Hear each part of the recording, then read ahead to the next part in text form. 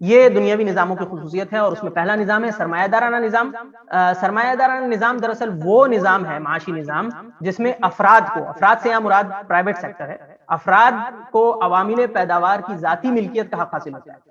تو اور اسی طریقے سے جب ذاتی ملکیت کا حق حاصل ہے تو اس میں آزادانہ تصرف کا بھی حق حاصل ہوتا ہے، یعنی لیکن آزادی یہ ایک مستقل قدر ہے اور ملکیت ایک مستقل چیز ہے۔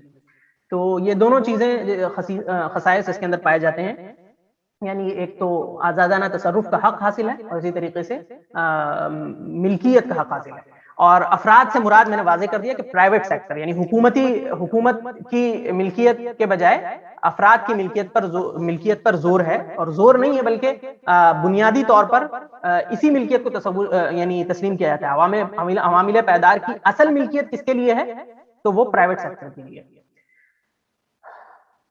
اساسی ہدف اس نظام کا یہ ہے کہ زیادہ سے زیادہ منافع حاصل کیا جائے، زیادہ سے زیادہ منافع حاصل کیا جائے۔ اور بنیادی اصول مطلق آزادی کا اصول، یعنی انسان کو اپنی ملکیت میں پورا تصرف کا پورا حق حاصل ہے، اور ملکیت کا حق حاصل ہے، پیداوار کا حق حاصل ہے، سرمایہ کاری کا، انویسٹمنٹ کا حق حاصل ہے، خرچ کرنے کا حق حاصل ہے۔ یہ ساری آزادیاں اس کو مکمل طور پہ حاصل ہیں۔ اس کا بانی ایڈم اسمتھ کو سمجھا جاتا ہے، اور اسی کو جو ہے ابو الاقتصاد بھی کہا جاتا ہے، یعنی علم معاشیات کا مؤسس۔ اور مزید ویڈیوز کو دیکھنے کے لیے آپ ہمارے YouTube چینل کو سبسکرائب کریں۔ فجزاکم اللہ خیرا۔